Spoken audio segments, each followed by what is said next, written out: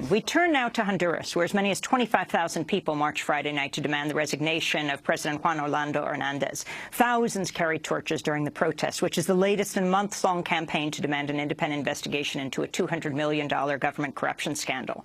The protest comes 6 years after a coup ousted Honduras' democratically elected President Manuel Zelaya. At the time of the 2009 coup, Democratic presidential hopeful Hillary Clinton was serving as U.S. Secretary of State. While the United States publicly supported Zelaya's return to power, newly released emails show Clinton was attempting to set up a back channel of communication with Roberto Micheletti, who was installed as Honduras president after the coup.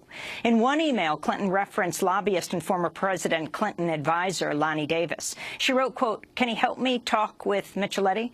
At the time, Davis was working for the Honduran chapter of the Business Council of Latin America, which supported the coup. In another email, Thomas Shannon, the State Department's lead negotiator for the Honduras talks, refers to Zelaya as a failed leader.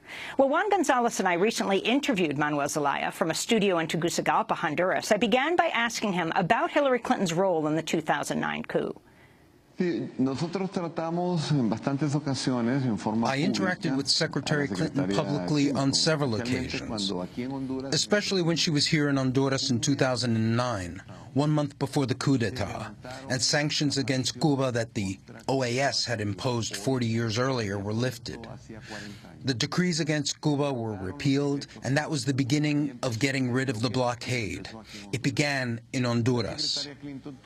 Secretary Clinton had many contacts with us. She is a very capable woman, intelligent, but she is very weak in the face of pressures from groups that hold power in the United States. The most extremist right-wing sectors of the U.S. government, known as the Hawks of Washington. She bowed to those pressures, and that led U.S. policy to Honduras to be ambiguous and mistaken. On the one hand, they condemned the coup, but on the other hand, they were negotiating with the leaders of the coup. And Secretary Clinton lent herself to that, maintaining that ambiguity of U.S. policy toward Honduras, which has resulted in a process of distrust and instability of Latin American governments in relation to U.S. foreign policies. Can you talk about what's happening in your country today? The massive protests, unprecedented. Why are people in the streets? Really, in summary, we can say that Honduras today is a country without reconciliation and without justice. The historical problems have worsened instead of being worked out. The United States is supporting, and this is a complaint, a repressive government.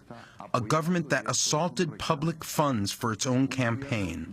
And the president himself has now acknowledged it, that he used public funds that were earmarked for the health of the elderly, pregnant women, children, sacred funds. His party has used them for its election campaign. His victory was seriously questioned, and even so, he has recognized this crime, pressured logically by a journalist, David Romero, who published the checks made out to his party and channeled directly to the president himself in the political campaign. It appears that this was like a plot, like a conspiracy, to pillage these funds, $300 or $400 million, no one has the exact figure. But this has caused indignation in the people who are taking to the streets for the first time in the history of Honduras. Almost 200 years of wanting to be independent, they are taking to the streets to ask the president to be accountable, to submit to an investigation, and to resign, as he himself has recognized the crime. And this has brought about another position on the part of the Honduran people who are desperate. The people are calling for the involvement of the international justice mechanisms in Honduras, specifically an international commission against impunity under the direction of the United Nations, which has had good results in Guatemala. President Zelaya, do you have no hope that the justice system in Honduras itself can resolve these problems and bring charges against the president, given that he's admitted the wrongdoing here? Muy buena pregunta. Very good question. Justice in Honduras, judicial officers have lost all credibility since the coup d'etat and to this day. First of all, because they are practically the same ones who conspired to bring about the coup d'etat in the first place, in which I was the first victim. In this sense, the justice system is totally manipulated by the current president.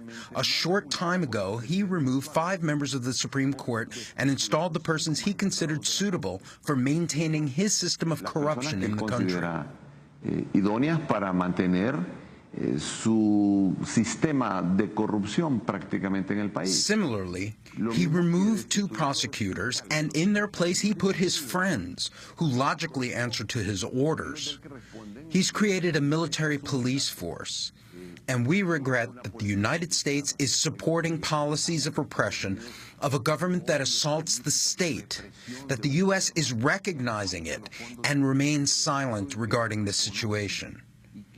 He has created a police force for himself, and he has changed all the country's laws. Today, people can be arrested. They can be taken to prison without respecting the presumption of innocence, due process, and moreover, the guarantees enshrined in our Constitution.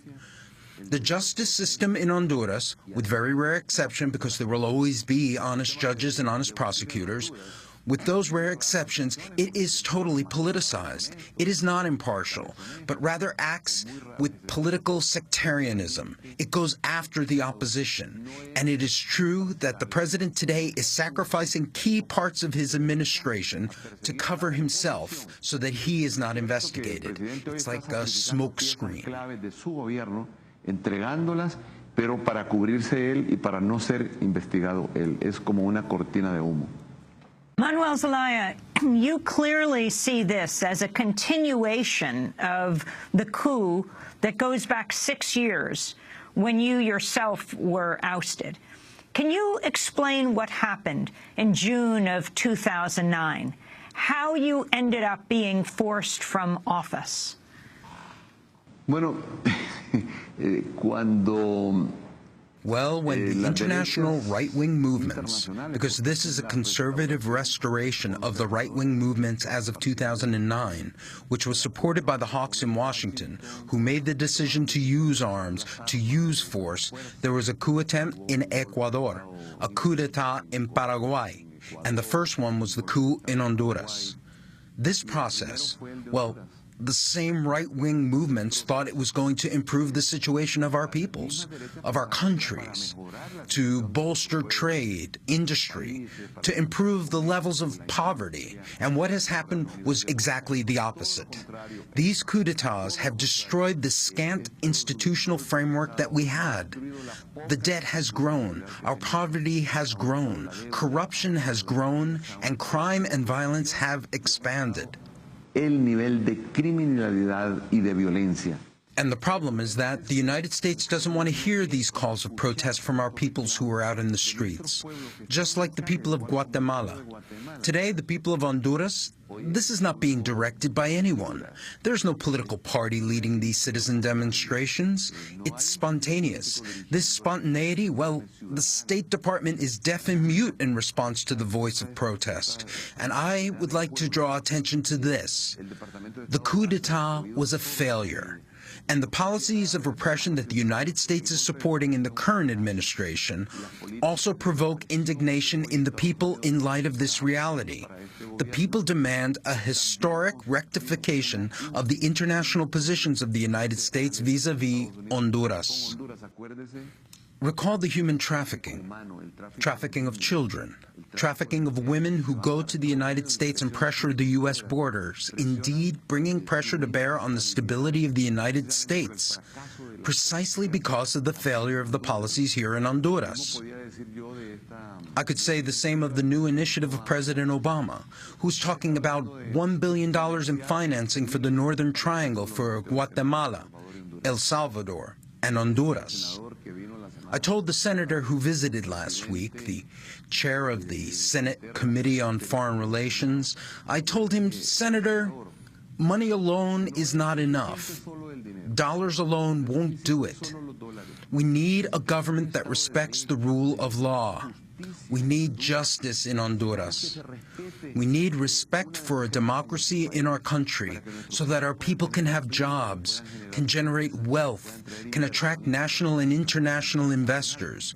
We need judicial security and citizen security. One must be concerned, Senator, with the internal legal situation in our countries. And President Zelaya, you mentioned the mothers and children that have been fleeing across the border into the United States. And here we only hear in the media about the rise in crime and violence in Honduras. What is the government there failing to do about the flight of so many people to the United States? In this regard, measures of repression have been adopted. That is, closing the borders, militarizing the borders, preventing persons from exercising their right to migrate, because migrating is a right. It is a human right. All of our countries emerged from migration. The United States itself from European migration. Yet it must be regulated. It must have a legal framework. Instead, you see soldiers simply stopping children who are looking for their mothers in the United States, or young people who are looking for a job because this capitalist, neoliberal, exclusionary, and highly exploitive society doesn't offer them opportunities.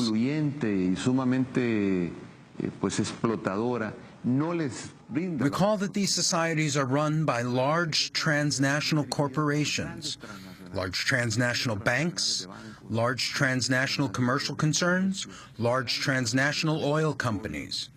These are governments of the transnationals. Here, the state is very small, corrupt, and doesn't provide the people with any responses. Rather, it creates problems for the neighboring states at the borders, such as we are seeing.